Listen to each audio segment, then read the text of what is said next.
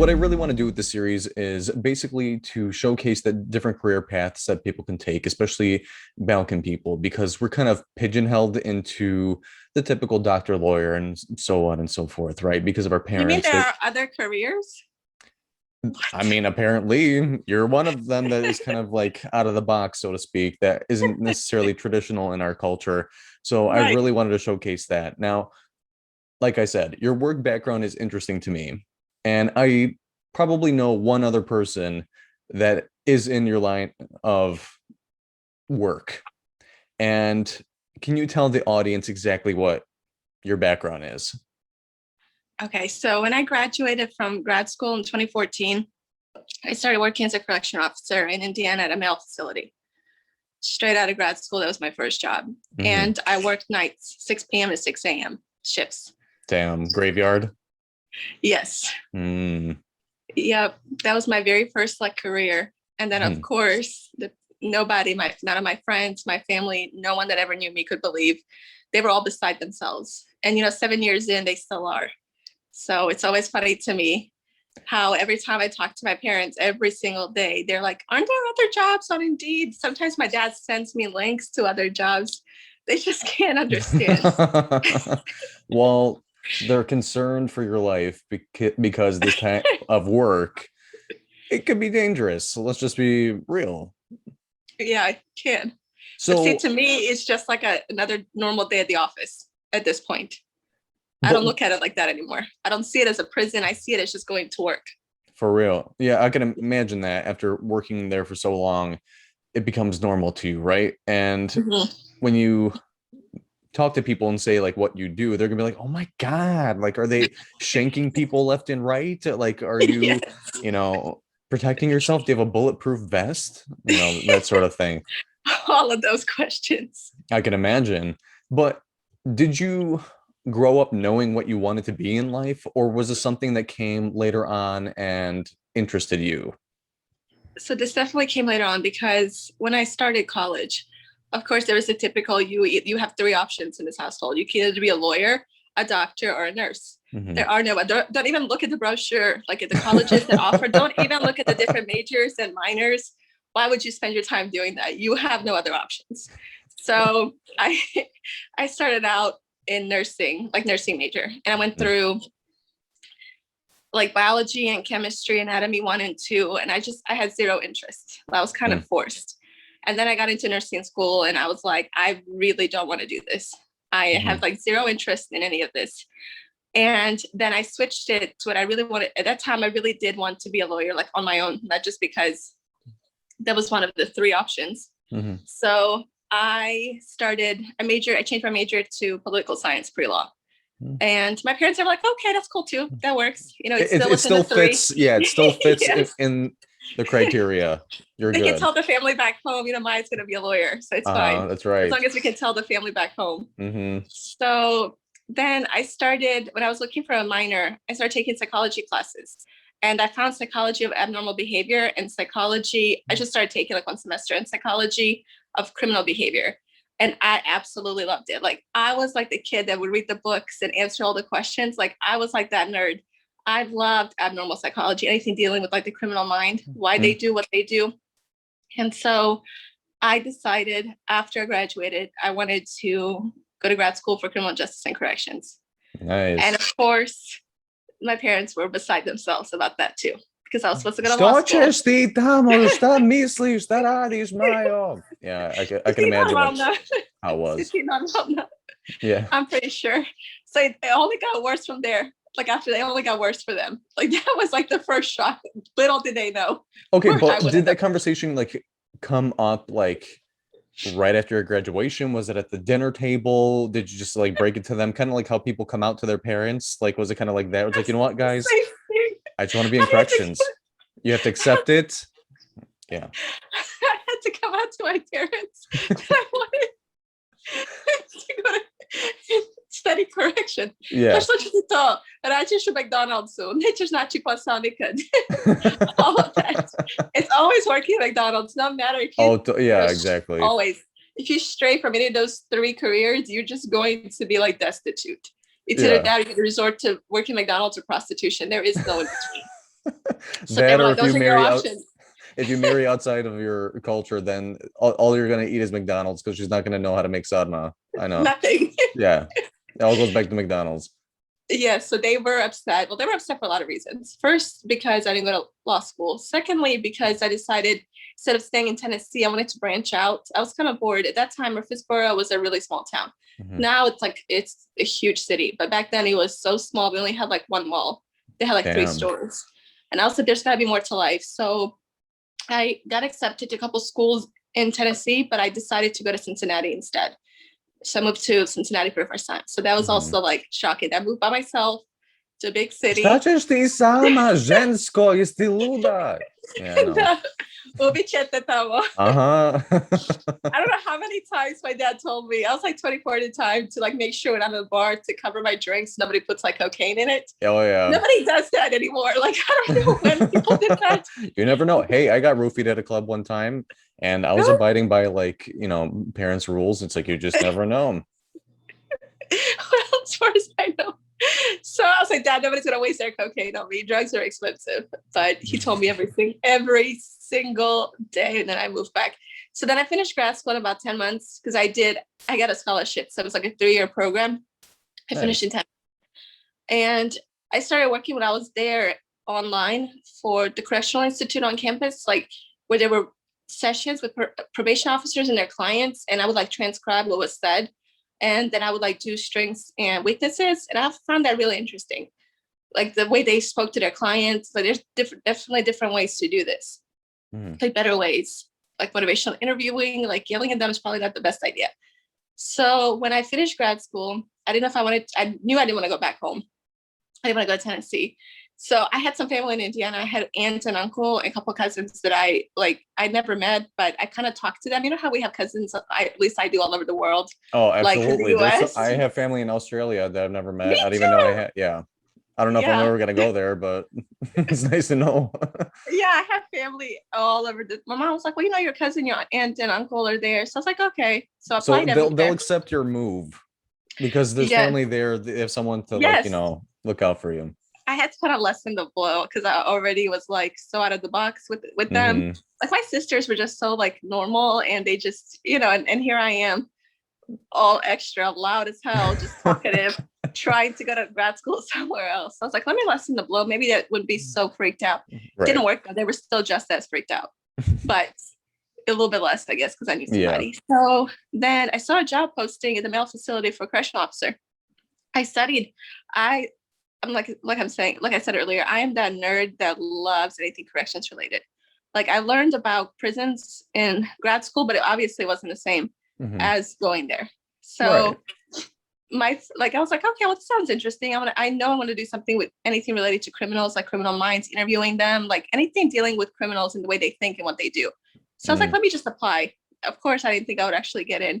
So I drove there. I had my first interview, which was just getting to the prison was kind of shocking. I was like, oh my God. Did they have Like to, when you like frisk your ass like when you got in there? Like, all right, spread them. yeah. Go through like the motions of like whoever goes through needs to go through the metal detector, like all that. That's how I envision it. Yes. Mm, And depending who's on there, they reminded me. Have you seen Ace Ventura? absolutely. When Which he was like one? the guy with the rubber glove was surprisingly Okay. gentle. That's what that reminded me of.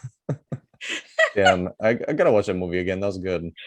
Yes. So yeah, you get felt. First of all, I guess I should have known that it was I mean, I knew it was a prison, but I was like, it's okay. So it's not gonna be so bad. And then the HR lady called me. She's like, make sure you leave your phone in your car. You can't have phones. So then I walked all the way up there. I was like, oh crap, I have my phone. So I went back and I had the interview. And I guess I did really well because then I did the on the job shadow. Like I didn't know that it would happen like that.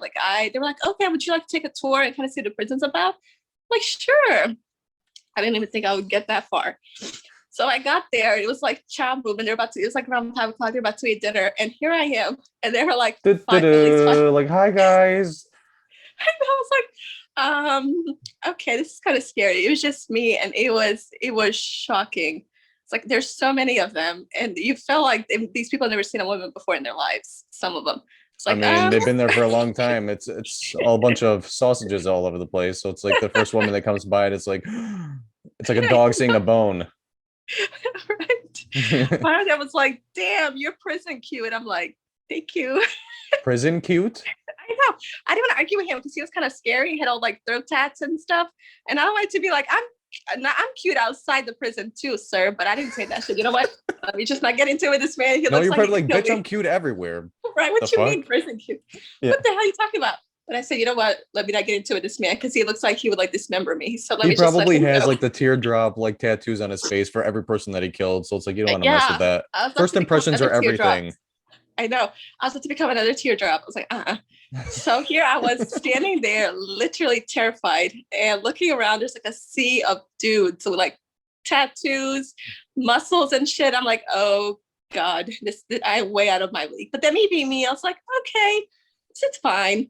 And then when And like your then, parents asked you how was your first day, you were just like, you know what? It was great. It was calm. Mind you, like you were shitting bricks like when you were there, oh saving my the details. yes, Otherwise, they would have made you come back home. yes. So my dad, it told him. Well, I had to break it to him gently that it was a male facility and I wanted to be a correctional officer. And then I had to call them and tell them that. That was like the most dramatic Well, why did conversation. you have to though? They don't live there with you. I know. But I wanted to just let them know, like, I You just wasn't had gonna that lie to guilty conscience that like you would be lying, and then it might come out later. I don't know what's worse, like telling them like down the line. It's like this is what you've been doing this entire time. It's like those people that like are like hoes on the down low, and then like later they gotta admit to them that like, oh, I've been prostituting for the past 5 years. Like it's kind of like that. with my life, they would have found out. And I think they would have preferred if I was a hoe than if what I ended up doing. So I told them, and then of course, my dad, he's always so supportive of me. He was just like, he didn't know what to say. Then my mom started with the oni ćete upti, šta radiš tamo, zašto to Yeah. radiš? Gdje smo mi pogrešili s tobom, Majo? What could have we have done differently for Did we this to not love you change? enough? Did we not love you enough? Did we not give you enough attention? I'm like, oh my God, Mom, it's okay. And then she's like, well, did something happen to you during the war? I'm like, oh my God, Mom, no, I just want to work here. So then I think my dad went to church like 800 times that week. Just Lighting a candles is zdravia. There's all those candles in that like row is just for you. just rows of candles. And then when there's too many, he went to the next church. All the Serbian Orthodox churches in Nashville, Hampshire, he hit up trying to pray to the priests and everybody else. And they thought they were like, I started getting all these calls from family friends about trying to change my mind. I'm like, you guys think you're split, right? You had those people call me. He probably went to the church and be like, you know what, like, moja čerka radi u zatvor. Molim te, pričaj s njome, like that sort of thing. Yeah, I know. Yes. I know how it goes. Yeah, my mom is like I find it so weird, all the church ladies that I grew up with, my mom called them. I'm like, first of all, they don't ever call me. I don't even know they have my number. I don't talk to them. So the whole like Polo Srpskih sestara is calling you saying like, hey, Majo, jel ti treba nešto, sine? I mean, the only time they really talk to me is when they had a son my age trying to marry me off to them. So they don't ever talk to me in general. So I was like, okay, Dad, smooth, really smooth. So then I thought about it. I was like, you know what? I think I can do this. So I told them I'm taking the job. And then, of course, all the typical drama. Breaks, like, jebla te, slava te jebla, is ti normalna. They literally were like, Maja, to be said about that. Wait, so where are they stationed? Tennessee? Stationed like in the army. Whatever. Like, where the hell do they live in comparison to where the hell you were? Tennessee. Okay, so yeah, they were shitting bricks because you weren't even in the same state. On top of the fact that like your line of work is dangerous. It's understandable. It really is. I was 7.5 hours away for the first time, and Cincinnati was obviously closer. And so they were really upset. They were worried about me. And then I told them, and then I finished the academy. It was like a month-long process of training. We had to do like learn about manipulation, and we had to do self-defense and motivation interviewing, all this other stuff. Mm-hmm. So I finished like the correctional academy. That really taught me a lot. And then it's like, once you finish that, you get keys and a radio and pepper spray, and there you go. You're assigned. That's it. You're all set. You get a uniform. You didn't even get a gun? No, Or like one of those batons that like you beat people with? no, no taser Not either. even taser? No? No, Oh, that's fucked no. up. All we had were keys, radio, and that's it, and pepper spray Wow. and handcuffs. We had like one set of handcuffs, like one. For So the if more 50 than one person, people that are in there, yeah. if more than one person attacks you, I guess you just pick the biggest one and try to handcuff him. I don't know. So I was like, when I saw my uniform and things like that, my first night, and the metal doors closed behind me, and there I was, like me on the unit with 120 guys, like on bunk beds. I said, "Oh shit! Is it too? Excuse me, is it too late to back up out of this job? Can I talk to somebody? Would it be too late for me to say I don't want this job anymore? Can I change my mind? Yeah, right. No, this What isn't are the health benefits in this right. with this job? Excuse me, I have a quick question. Can I still resign?" Wait, so But were you like alone, like straight out of the gate, or did they have someone kind of like mentor you through it for like a week, kind of do we had training even after the fact? we had it's called OJT, on the job training. So they did Hmm. train us for a little bit. But once you're done with OJT, you were pretty much on your own. There was like Oh, a couple of weeks. damn. And then once you're on your own, like I worked a unit, and then whoever was assigned with me worked the other unit. But it was pretty much you and like whatever unit you worked, depend on which unit. It was like 120 guys. Wait, so are you And by you were yourself in that unit, or is there like a couple of you like on a usually shift? by yourself. Sometimes if we had enough people, it'd That's be two. okay, that's fucked up. Yeah. Sometimes it'd be two of us. Sometimes it'd be just you, depending Just the on two of us in a jail. right. So you can imagine, I looked around, I was like, but I was so stubborn. I didn't want to call my dad and tell him I could do Sama this. Santata with all these men Right. in a jail. They're criminals. Right. They're there for everything, from small, minor, like traffic violations to DUI to rape to murder to A assault, traffic everything. violation. Yeah, like small, like little things, like not like traffic violation, but like not paying their child support. Oh, okay. Yeah, not really traffic violation, but like not paying their child support, something minor like that, all the way to like first degree murder. So are they separated? Nope. Everyone's together no matter how Yeah. bad the crime is? Yeah. So So we like you're like learned. Well, when I was in grad school, they told us like in prisons they would be separated by risk levels. Like they would do risk assessment, risk needs assessment, then determine if they were a high risk for reoffending, and they would separate. No, because there are so many prisoners. Like prison's so overcrowded that everybody's with everybody. damn. So somebody that's there for like not paying child support could be in there with somebody that's like a rapist or a child molester, things like that. They didn't separate them. You didn't know who Wow. you're. So in that unit, they were there for all types of offenses. Damn. So describe a typical day for you, right? When you walk in and the metal door closes on you, what happens? Yes. So when I worked there, like metal door closes behind you, and you had things like when you first got there, you would make your rounds, make sure everybody's okay. You had to walk the unit like every 15 minutes. And you just had to see if there's any issues. And then we would like pass out mail. If they needed to go to rec movement, we would call rec movement and make sure we kept track of who was going where. Wait, And mail? They get mail? Like yeah, fan they're allowed, letters, pen yeah, pals, yeah, they're allowed to get mail from care their families. packages? Yeah, they can get Oh, wow. like stuff from their friends and families, and they can get like they also have legal mail from their attorneys and legal team, things like Oh, that. yeah. So like Makes pass out sense. their mail, and then if they had to go to like church or something like that, I would make sure I knew who was going where, like make sure they signed out, let them Church? out. Yeah, chapel. They had church. They have church in jail? They need Jesus. Yes. Yeah, Even amongst county jail other says things. chapel. Yeah, they Damn. would have.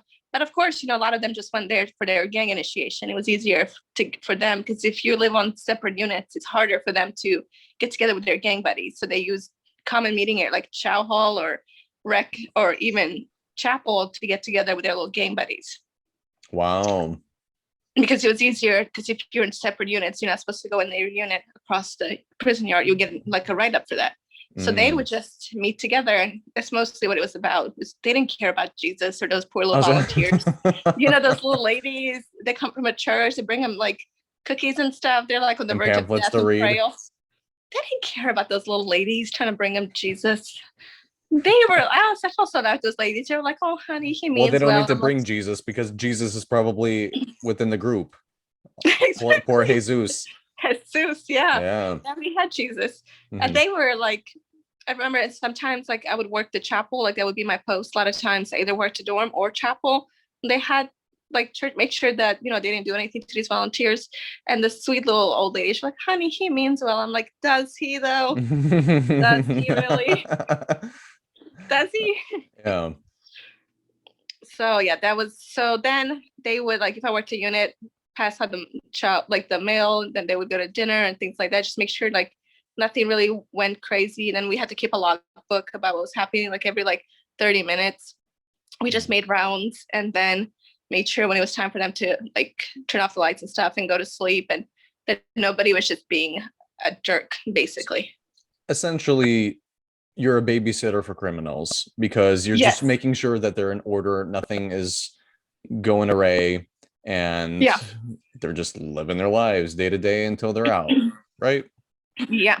And then we're supposed to like it's called a conduct report, like write them up if they break a rule, like if they don't wear their badge like when they're supposed to. And then there's also count times. We had 3 count times where we would have to count them to make sure everybody is accounted for. So have to go from like little bunk to bunk, make sure that everybody was there. And then like if they one of the counts, they had to like sit up and we had to check their badge because to make sure that everybody was there. Because it was easy for them to just like be somewhere else. And if you're just counting bodies, you don't notice that somebody that's not supposed to be there, is out of place. And then if they didn't sit up and have their badge and you had to do a conduct report, if they cussed you out, there's a conduct report. If they did, you just had to like basically babysit grown ass men. At that time, most of whom like been lifting weights in a prison yard longer than I've been alive. Oh God. Honestly, and yeah. they look great. Like, Are they there? Are some of them there for life? yes. Damn. I'm assuming for murder. Yeah. At that time, we didn't have anybody that was on death row at that prison, but we had people that were serving life without parole. We had a lot of gangs because the difference between male and female offenders is males usually have gangs. So we had known gang members together. And sometimes I worked the unit where they were gang members. And so, but the thing, what I noticed that really helped me is I didn't really have a whole lot of issues because it doesn't help my parents because my dad, now that they're retired, I watched those like 60 days in and lock up and people are fighting each other. And I didn't have like, there have been like several, like maybe 2 times in 7.5 years when I thought somebody was going to kick my ass, just twice, because for the most part, I treated them respectfully. I didn't like go in there screaming and tearing shit up. Like even we also had to like in the 12-hour shift, we had to search their bunks, like search their property, make sure they didn't have like drugs or weapons or anything like that. Wait, but so how would they get that in there? Through mail? Mail. Sometimes volunteers would bring it in, or even over the fence. Like they would throw packages over the fence, like all sorts of ways. Yeah, but I'm surprised that like with the cameras all around that no one confiscates it, or even when the packages that come in, don't they go through some sort of an X-ray to see if shit's coming in? No, it's just a person checking like a mail worker. Oh. Sometimes I was the one that read through their mail and things like that and opened their mail. So they come in all sorts of ways, but usually packages thrown over. And when we're short-staffed and all these offenders, it's hard to. They get to it before you do. Yes, and also they made their homemade weapons too. Like they were like sharp shanks. Yeah, they would take fence pieces. One time there was like a sword that somebody made, which is terrifying. And they would like even a toothbrush, like you can file it down where it's like actually like a weapon. Yeah. So to make sure they didn't have any of that stuff. But what helped me, I think, mostly is that I guess I dealt with all of this, like being so out of place and out of the norm in there, is that I just laughed at stuff. Like that's how I got through this. I just laughed at the nonsense. And also I didn't treat them disrespectfully. I would just like, when it was count time, I wasn't in there like, get the fuck on your bunks, like some of the other people. I was like, hey guys, it's count time. Can you please get on your bunks? And I didn't have those issues. I really didn't. Like personally, I didn't. I think also because even though they're criminals, they also have a code where they don't really hurt like women or children. So like if one of them did something to me, they would do something to him. So they, for the most part, they didn't really like. That's what I try to explain to my parents. They're at the end of the day, they're human beings. Right. And if you just treat them some kind of way, like respectfully, you get. Of course, they're the ones that are really psychotic and have mental health issues that doesn't work on. Right. But do you feel that other people have a more aggressive approach because they want to be feared by these criminals to like Yeah. gain respect that way? Yeah. Does it work They out get, for them by doing that, or do you think being like nice and respectful goes longer, like a longer way? I think being nice, in my experience, being nicer and goes a longer way because sometimes that badge gets to people's heads because now you have authority over them. If you tell them to do something, they don't do it. That's insubordination. It's defiance. They can lose privileges. Like if you told Hmm. them to do something and they don't do it, you can take away their rec or their phone time, or even their visits, or even Hmm. their commissary where they can order food and drinks. You have the power to take stuff away from them. So sometimes that gets to people's heads, and I've seen that like corrupt people where they Hmm. have that kind of power and they put on a uniform and all of a sudden they feel like they're above them. And I've also seen the staff that got assaulted were the ones that treated them like shit, where I Hmm. tried never to. Because Right. one, I already know my odds, like 120 of them, there's nothing I can do against them if they Hmm. were to do something to me. And I just know me, like if somebody came up to me and started screaming, I wouldn't do what the hell they said. But if they talked to me like they had some sense, it goes a long way. Yeah, yeah. Well, you mentioned food. Let's go on something that's a little bit more lighthearted. Now, do Did it you get too bring dark? what? Did it get too dark? It went a little left, but I love hearing those types of stories though, because I want to know what really goes down, or the things that you've experienced, the things that you've seen or heard. Because I mean, I don't know about you, I've never been in jail, but like I've never been in jail, so I don't know what really goes down, and I don't make an effort to go there. So it's Right. interesting from your It's not a perspective because fun, you're there don't make every that day. reservation. It's not a fun stay. For real. So food. Now on YouTube and stuff, I've seen some like um former felons that have shared their recipes Hmm. from jail. I've seen like burritos where they use kind of like the tortilla, the ramen soup, the Cheetos and nacho cheese and all the other stuff. So have you seen like weird concoctions that these felons have made in the chow hall? Yeah. They literally some of that stuff look better than what I can make with an oven. All they have is a microwave and like a hot pot, which is just like hot water. And those dudes know how to throw down, especially the ones that have been there for a while. And they have so many different recipes. Some of their stuff really good, looks good. Like they can make fried rice. I've seen that with like commissary stuff. They can even make pizza. When I went to female facilities, they could make cake. They can make like fudge. They use ingredients that they have, and it's what's called slams. It's kind of like a burrito. They have like Mhm, burrito and rice and stuff and different meat. They really do get creative. And some of that mhm. stuff, I'm like, damn, that looks really good.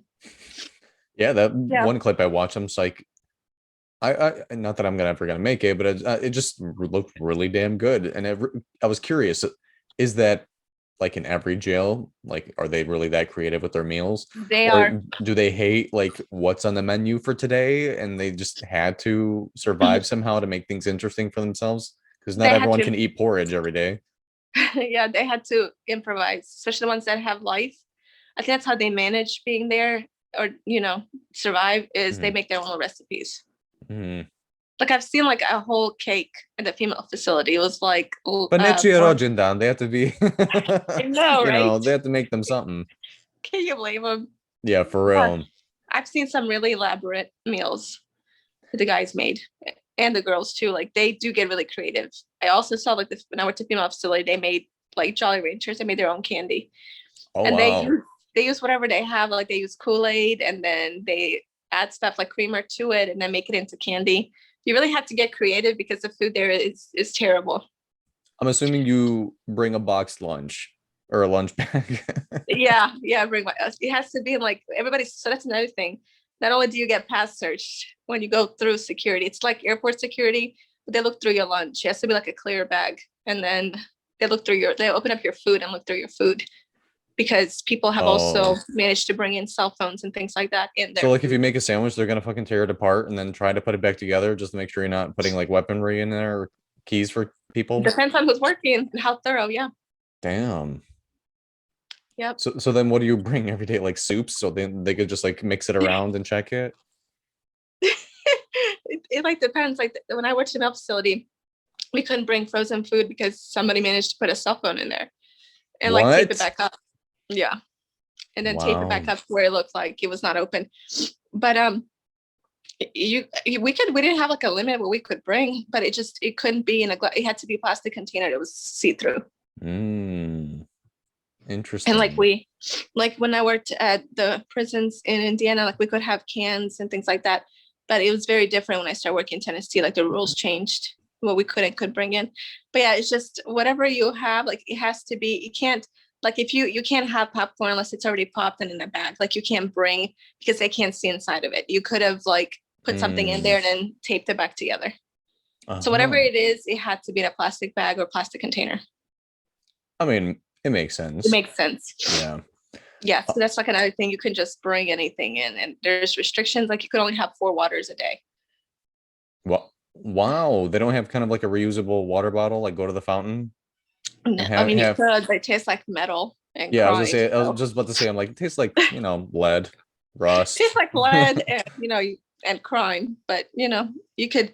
So it could only be like 20 ounces. So that's another thing is, and you couldn't have like smartwatch or Fitbit or anything like that.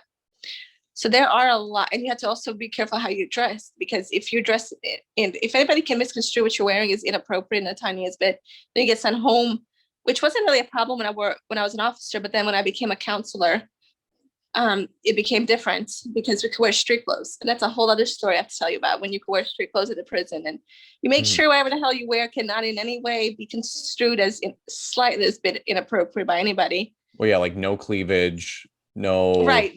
like Because leggings they that you will can see turn your your ass thong. around the checkpoint, and then you have to go all the way back home and Damn. come back and be dressed, which I mean, makes sense. it makes sense. It's like, okay, if you're a doctor, you're not gonna roll up in just like a lab coat and like lingerie. Like you're gonna wear Right, scrubs. right. Unless, never mind. Unless you're But a yeah, hooker coming over for a yes, party that's what I was gonna or say. surprising somebody for like a nice nightcap, then yes, you would be wearing lingerie underneath a lab Right, coat. exactly. You have to be careful. And then to me, it wasn't funny, but it was kind of funny when visitors would try to come in with like stripper heels on and mini skirts and like cleavage and stuff, trying to visit their baby daddy or baby whoever, and they got turned around and they were trying to fight. That to me was the most interesting part. Oh, it even is for visitors too. I thought it was just for Yes. staff. Yeah, for kids, for everybody, Oh, anybody that comes in, like they're actually harder on the visitors. They're like more strict. They search them really well because obviously you don't know what they're okay, bringing yeah. in. But yeah, the visitors we had like when I was an officer, like your hair had to be pulled up.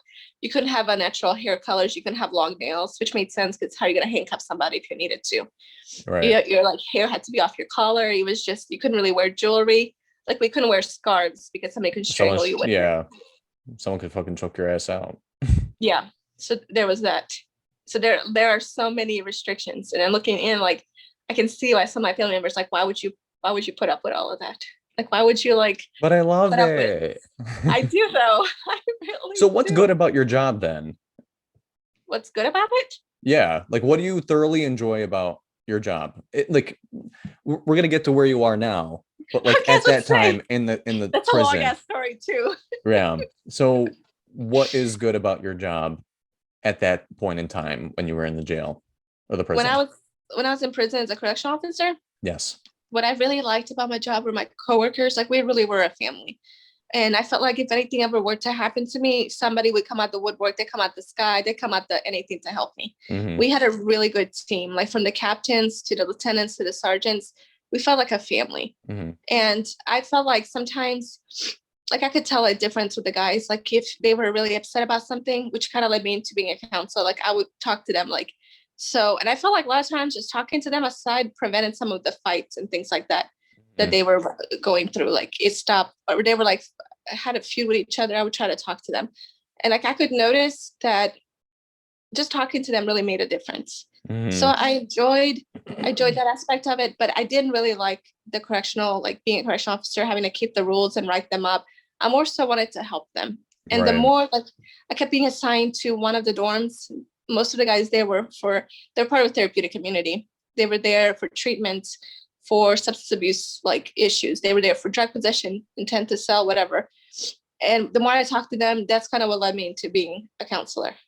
Mm. So I really liked my team at the time.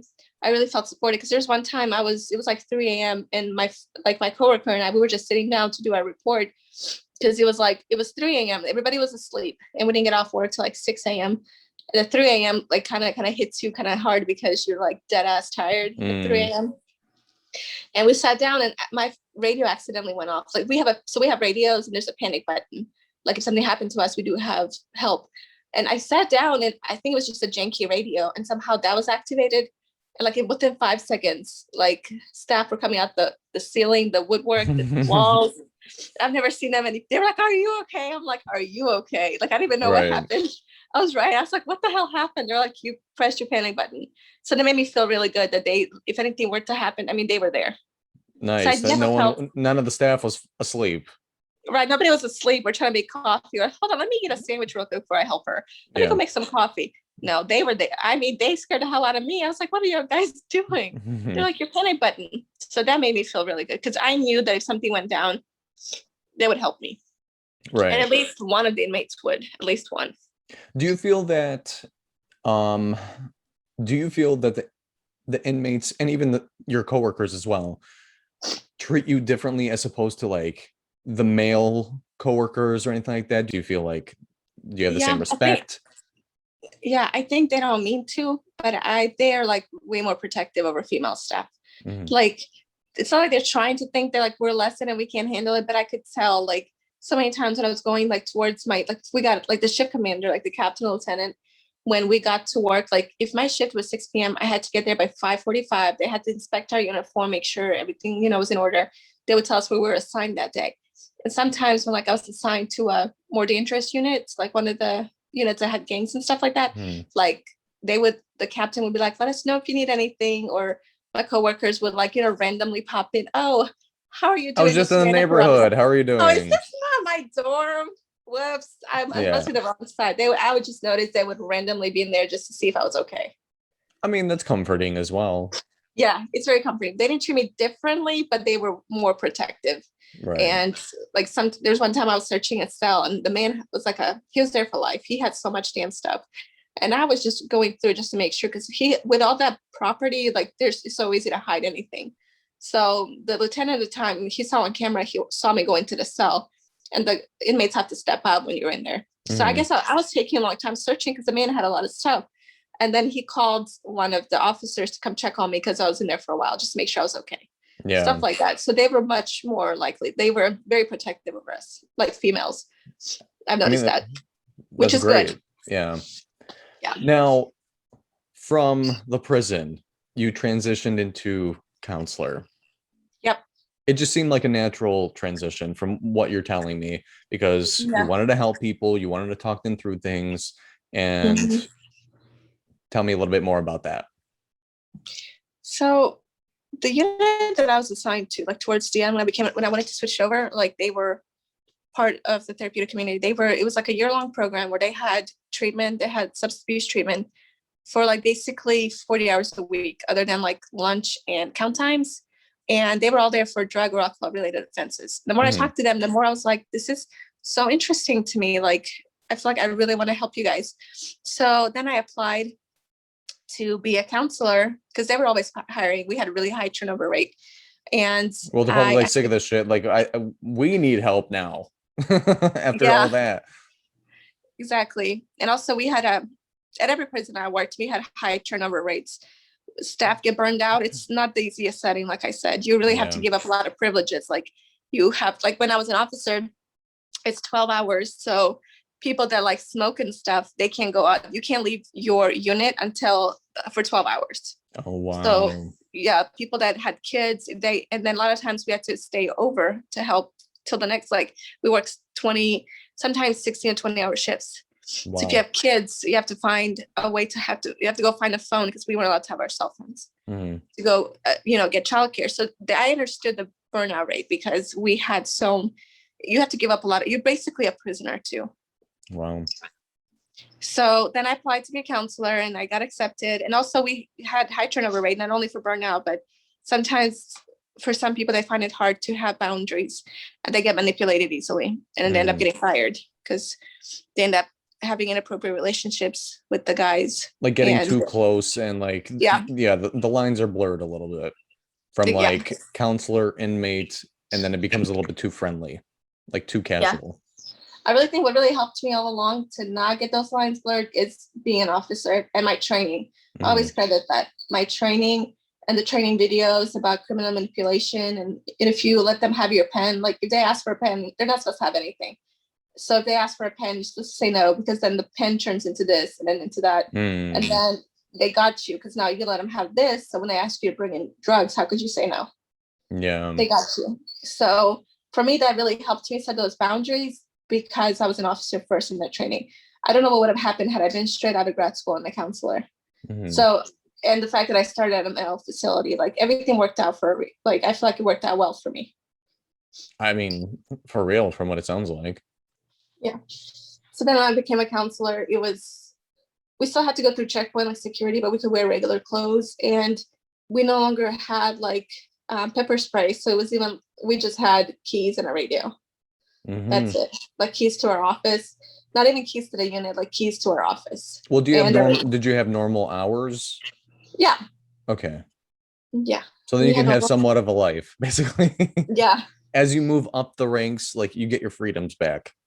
Yes. Like they didn't force us to work 20 hours a week. 20-hour days. We had like, it was like 8 to 4.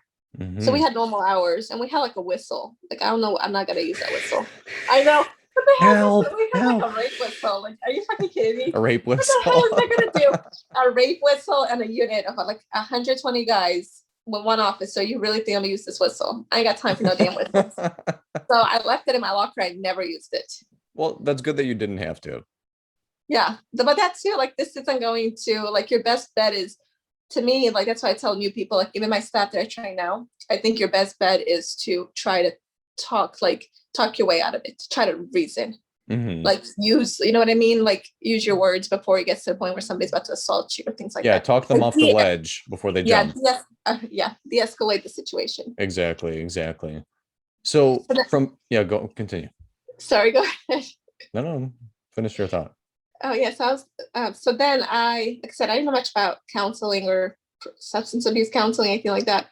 So I had training. I had a really good supervisor, and my first couple of weeks were like 25 guys in a classroom, like a prison classroom, and me trying to teach groups, teach groups with them. And then it was like 2 or 2.5 hour groups.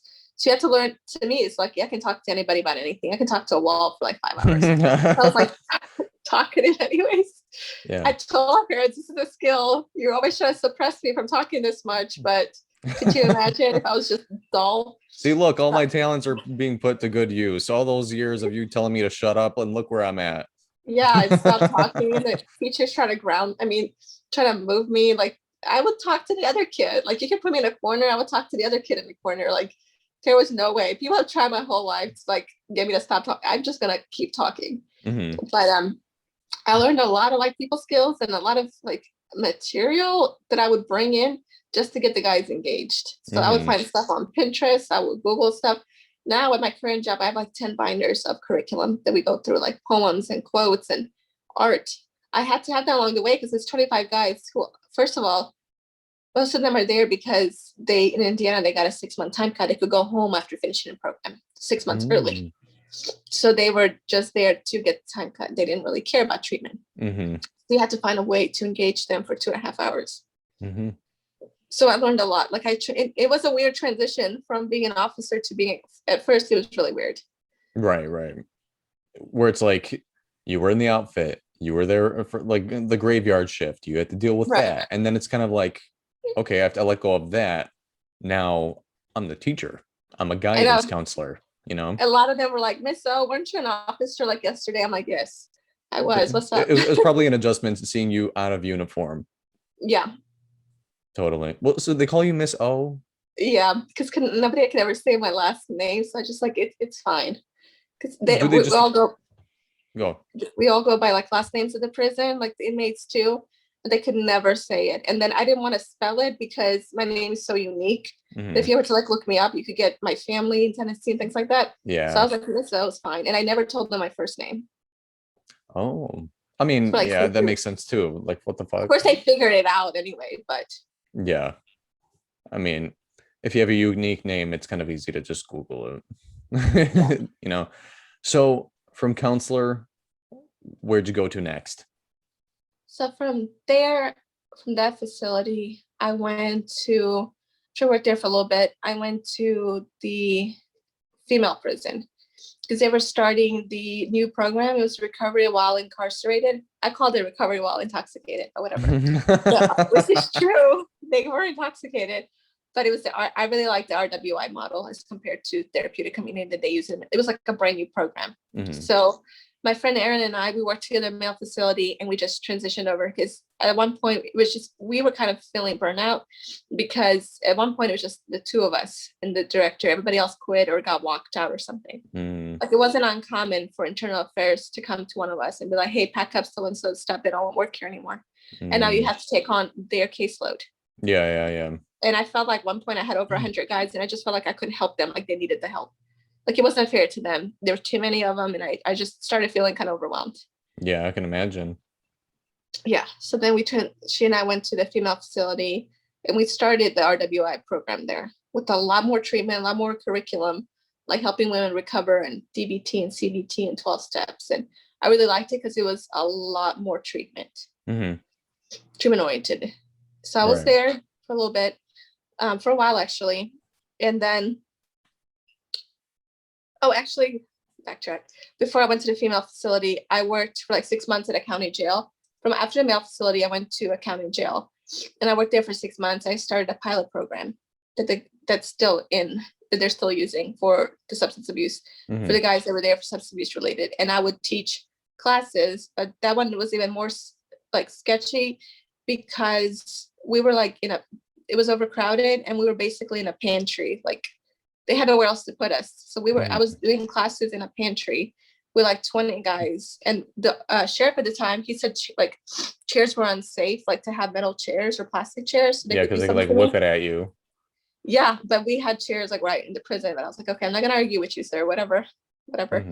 So we had to sit on these shady ass boats, like little boat thing on the ground. It was like plastic boats that the guys slept on when they were like there weren't enough beds. So I'm like, Mm, how is this? You have to get up off of this thing. I'm like, how is this? You were like all the way sitting on the floor with them. I don't think that's safe either. yeah. So after that, I did that for a while. I started the program there. And then I went to the female facility. And from there, I moved back to Tennessee. I'm sure your parents were thrilled that it's like, okay, at least you're Yeah. closer to us. We could sleep a little better. Yeah. Cause when my middle sister got married and she moved away, my parents are getting older.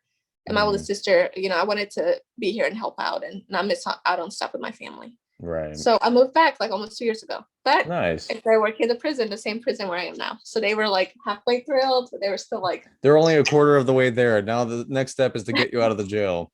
yes. So here I became the director of the program of substance abuse. Like we Nice. have, Congratulations. thank you. Right now we have two programs like group therapy. We have like work release center. We have ours like the main compound, and now we're working on bringing therapeutic community. And Hmm. I'm gonna have like 5 staff members and 2 inmates that work for us that help teach groups and like manage 3 programs. Nice. Do you like it? I love it. I could never, and I just could not ever go into like a normal work, whatever that is. Like, because we have plastic forks, I would know how to act if I could have a metal fork, or if I could have like a plate, or my cell phone during the day. They would be like, "Who is this girl?" You're probably Like, like, this is dangerous, you guys. Like, someone can shank me, but this is like, calm down. You're not in the jail anymore. yeah, they would think I'm crazy. Hmm. I cannot see myself out at this point out of the correctional system. You're probably like, Like, what? Chairs? Metal? yeah, I know. What do you mean you get a glass? Like you get an actual glass? It doesn't have to be plastic. Yeah. So, I can bring and I normal know, lunch now. You're not going to check it? right? You know what? Are you sure you don't want to check this? They're like, okay, crazy. Like this, Yeah, you're weird. right. And I noticed with my newer staff that this is their first time being in prison. They're kind of like, they just kind of struggle with like not having their phones and things like that. But to me, like I said, this is completely normal. It's just another work setting. Like it's just another Monday when I get past searched and somebody tells me you can't have 24-ounce water. You have to get back to your car. It can only be 20. I'm like, okay, Yeah, yeah, yeah. it doesn't bother me anymore. So, looking back at the start of your career, What was your main goal then, and what is your goal now? Yeah, so my main goal then was just trying to figure out where I belonged in like the criminal justice world. I wasn't sure if I wanted to teach like college classes with my master's degree, what I wanted to do. So I kind of started out now. My goal is to eventually have my own private practice. Nice. Because I also, when I was a counselor and stuff, I worked on getting, so I'm like licensed alcohol, it's called a LADAC, licensed alcohol drug addiction counselor. Hmm. So I worked on getting my license too, like my supervision hours, and I took a test to Hmm. get my license and I passed it. So my goal eventually, if I were to like retire or something from prison setting, is to have my own private practice. Nice. I'm sure your parents are thrilled that you're like out of that mess. Yeah, this is when I'm like 50. So like Hmm. 50. Like when you went into jail, they lost 10 years of their life, and then now that you're Let out me of it, they're let them they tell gain it. back It's like life. 40. And you know what's funny? My mom tells my family back home, she's like, my like, mom, I work at, and nobody ever questions that. They don't like, they just accept it. Like, I'm in prison. I'm like, mom, no, I work at a prison. She's like, no. And I'm like, why aren't They you guys probably expected questioning you to that? go there. Why aren't there follow-up questions? Like, what do you mean she's in prison? And Yeah. now they're telling them like, "Oh, my director." Oh yeah, it's that part. No, They were director droge, okay? Because they don't I still don't understand like what you actually do, like how my dad doesn't. you He's know? How did you know? They don't know what I do. If you were to ask them right now, what does Maya do? I don't know. But they have the director part because that's important to the family back home and in Mhm, Serbia and in Croatia and Australia, all over the world. mhm. They don't know what I do. And when I try to tell them about it, they're like, I don't care. I'm like, okay, They hear stop you, but talking they about don't work. hear you. They just heard the director, and it's like, all right, when I do glavna, that's all we care about. I like to ruin Christmas by talking about my prison experiences and Easter whenever I'm home. And I just like, so how are you guys? Yeah, we're fine. So let me tell you what happened this week in the prison. They're like, Let me teach you how to make a shank, you guys. or how to make a cake out of like Yeah, do you guys want to something learn how to make this involuntary. easy cake with like a microwave and just like simple ingredients? It's really good. I'm jealous though, because that's some of that stuff I can't even make with like a stove and an oven, none of that. Like they're really making it with just the microwave. But So, mhm, I just, like I said, I think they're never going to accept this, but I think they're starting to little by little understand that I like what I do. mhm. And even though I get random, like my dad was like, so when you look for a job, do you just look for jobs that might kill you and you apply? Like they're telling me to get There's a smart. database for, those people. Yeah, Dad, when I go on Indeed.com, I search for jobs that may kill me and I apply to the top 10 most Yeah. likely to kill me. That's exactly what I A do. thousand ways to die. Da, da, da.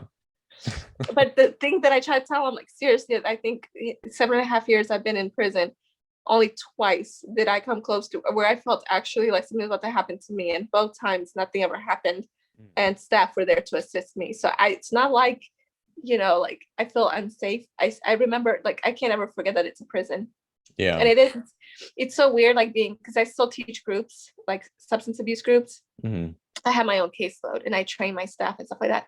Such a weird dynamic because they're your clients, but they're also criminals at the same time. Right, You have to right, be really careful what you share about yourself, how you present, how you have to share very little about yourself.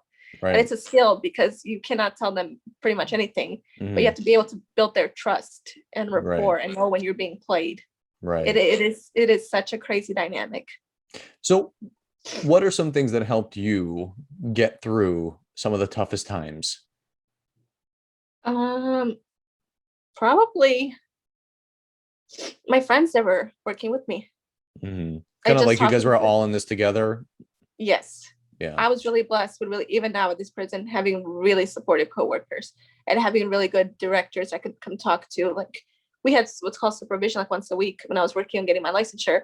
It was like once a week for like 2 hours. I had time with my supervisor. And when I had like issues or where I was like, I really don't know how to get through to this client, or he's just sitting there doing nothing in group, just staring. I don't really know how to get through to him. Or this one is just like taking overpowering the group to where nobody else gets a chance to talk, or this one's not doing Mhm. their homework. He would really help me with ways to talk to them, give Mhm. me like advice. Nice. So, for someone interested in your field, what is some advice you could give them? What can they expect? Someone that's interested, I think you should just not listen to your parents or your friends. And if you trust Step me, number one. Yeah. I could have, and I always tell people that when they ask me, like I could have been, I probably would have finished nursing school like just halfway dead because I didn't care about it. It was really Mhm. like, and been unhappy, and I love what I do. So Mhm. if you have like a passion for something that's outside the norm, the way I look at it, you're the one living, like it's your life. You're the one that has to spend 40 hours of work a week working at this job, not your parents. Mhm. So if you find a job that you hate just to please them, that's not fair to you. They'll eventually be okay. Now that they know I'm okay, that I'm not working at McDonald's or on the street corner, I can pay my bills. They've kind of Although the calmed street down. corner probably would have been easier. I know. I want to see some of my old clients there, like, hey, Oh, you're out? Miss O, is that you? Yeah. Yeah, hey, what's up? Hey, girl, this is my Hey, girl, corner. hey. Take a hike. Right? I work in this corner now. You come back tomorrow. So that would be my advice, is just to follow what you want to do in Totally, life. totally. Don't let anybody stop you. Like, I don't regret anything. I don't regret a single decision I made since college. Mhm. I don't regret not going to law school. I don't regret any of it. Because I also can't imagine myself in some stuffy courtroom I don't want to do that. Like, I love coming into work because you never know what's going to happen today. Like, what is it going to be today? Is somebody going to get shanked? Is there going Mhm. to be somebody lying about something? What are we doing today? And So I'm never bored. did you just have like a sort of feeling, and that like passion really drove you through this, and that like you went with blinders on, where it's like, I'm gonna just shun all your unsolicited opinions and just do me. And unsolicited advice. Yeah. Yeah. Even my dad used to say, like, when I lived at home, my room used to scare him. Like, he would not go in there. I loved There's like true crime. handcuffs, there's pepper spray, there's pistoli, there's tasers. So it could either go two ways. You're really kinky, or you work in corrections. I think he was horrified either way. So he didn't go in there. He said my room used to scare him when I was little, like when I was younger, like when I was even like in high school, like 15, 16. I loved anything true crime. Like, I had books about serial killers. Like, I was a kid that could tell you all the famous serial killers, like their names, what they did, their victims. And my dad's like, Тобі okay. треба помочь. Айде у церкву со мною. Запалим Yeah, тобі свечу. I would lie. He just couldn't believe it. Like, I'm surprised they do like an exorcism on me. Like, they thought I was like possessed by the devil. He did say at one point that it's like the devil or something. The And I'm devil's like, working in a prison. yeah, or inside I of me. think the inmates took care of that. Yeah. And one of them, El Diablo, that was his code name. So that could have been the devil himself. But either way, that was his little gang name. I'm just saying, we had Jesus in there, we had devil, Yeah. we had everything. They're trying to change. They mean well. Yeah, Yeah. they mean well. They killed me, that poor little frail lady. I said, okay, sweetheart. I said, I hope you know that had you had your little purse in here, they would have robbed your ass. Oh, But I'm absolutely. so glad that you think the best of people. For real. Honestly, Maya, this has been a great conversation. I loved every bit of it. And the fact that I was told you quiet, I was I like was gonna, immersed in the story. I told you I was gonna be your most interesting guest. I mean, honestly, yes. I must say, you really take the cake. Okay. That prison cake. The prison cake, the commissary cake. Yeah. All in all, I hope that people who are watching this, whoever's interested in your field of expertise, learns from this and knows what to expect. And you know what? All in all, it really does come down to you being happy. And you touched upon it, where it's like, there's going to be people who stop you. There's going to be naysayers. Oh, yeah. And especially if you're paving the way and you're kind of like spearheading this yourself, like alone, you can't really depend on other people to give you advice, because they don't even know. You know what I mean? Exactly. That part. They have no idea. So you can't tell me not to work in a prison when you have no idea what it's like to work in there. You just assume. Right. You get shanked and all this other stuff. Like, yeah, that's so true. Totally. All right. Thank you so much for doing this. I love the conversation, and I will see you soon when you come to Chicago. Yes, you're welcome. And thanks for letting me be a part of this. Of course. Talk to you later.